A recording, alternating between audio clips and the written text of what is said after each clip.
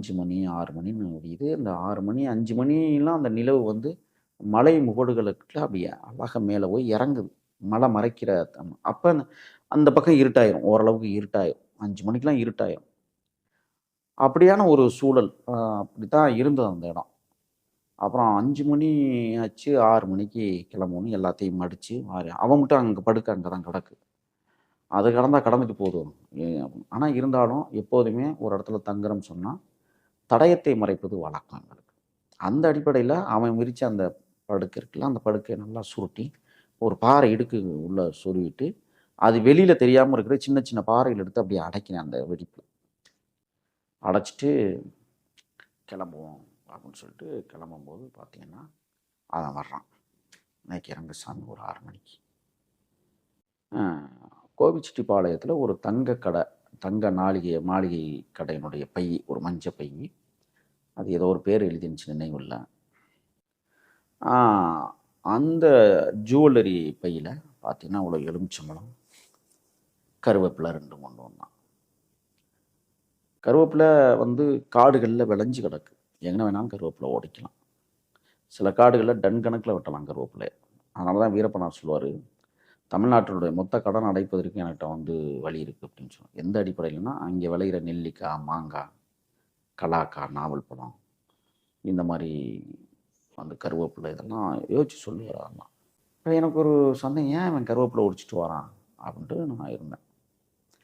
இந்த சூழல்ல வா போலாம் அப்படின்னா, எனக்கு கோபம். எங்க போன ராத்திரிலாம்? கரும்புனவனுக்கு அடிச்சு ஓடு விட்டேன், தப்பிச்சு ஓடி போச்சு. எனக்கு கோபம் மேல கோபம் அவன் சொல்லும்போது. சரி ஓடி போச்சுன்னா வர வேண்டியதானே, நீ எங்க போனாங்க?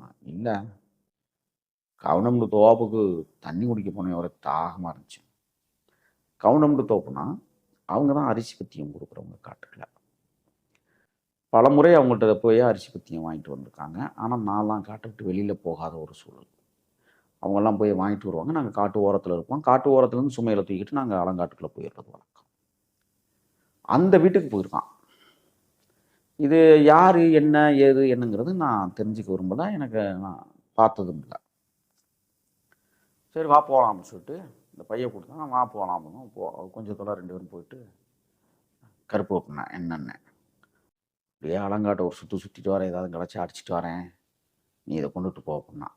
சரி, நீ என்னமோ தொல அப்படின்னு சொல்லிட்டு, அந்த மஞ்ச பை எடுத்து துப்பாக்கியினுடைய நுனியில அப்படி கோர்த்து போட்டுக்கிட்டு, அந்த கொடிக்கால் ஒண்ணும். அந்த கொடிக்கால்னா ஏற்கனவே வந்த வழித்தட வழியாகவே நான் போயிறணும். ஏன்னா எனக்கு வழி தெரியாது. ஆனா அங்க இருக்கிற இடம் நம்மளுக்கு தெரியும். இந்த குடவுக்கும் பக்கத்துல தான் அவங்க தங்கியிருக்கிறாங்க.